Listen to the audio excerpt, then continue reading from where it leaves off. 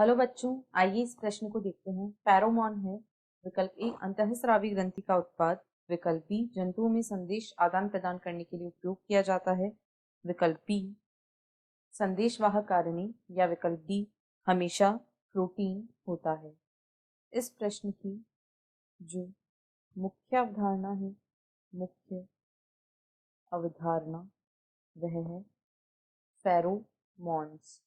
यहाँ पर हम देखेंगे कि फेरोमोन्स क्या होते हैं। फेरोमोन्स क्या होते हैं? तो ये एक प्रकार के ये एक प्रकार के रसायन हैं। ये एक प्रकार के रसायन हैं जो कि जीवों द्वारा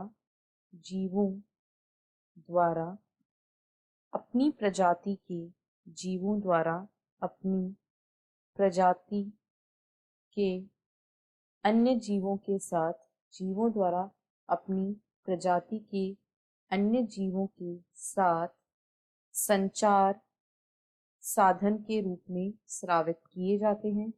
ये संचार साधन के रूप में स्रावित किए जाते हैं।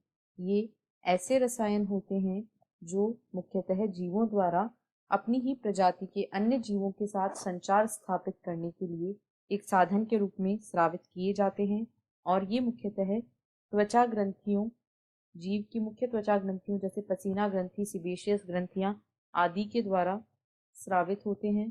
और ये इन्हें जानवर अपने मूत्र, त्वचा, यहाँ तक कि मल में भी छोड़ते हैं। और ये कई कारणों से स्रावित किए जाते हैं, जैसे संभोग के लिए तैयार रहना या खतरे के प्रति सचेत करना। इस प्रकार कई कारणों के लिए फेरोमोन्स को स्रावित किया जाता है।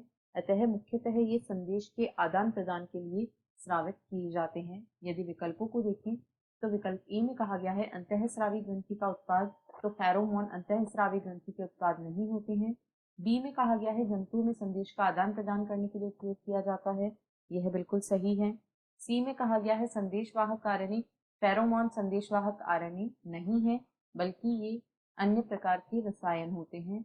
ये हमेशा प्रोटीन भी नहीं होते हैं, ये कई प्रकार के अन्य रसायन भी हो सकते हैं। अतः ए, सी तथा डी गलत है और विकल्प बी इस प्रश्न का सही उत्तर है। आशा है आपको प्रश्न समझ आया होगा। धन्यवाद।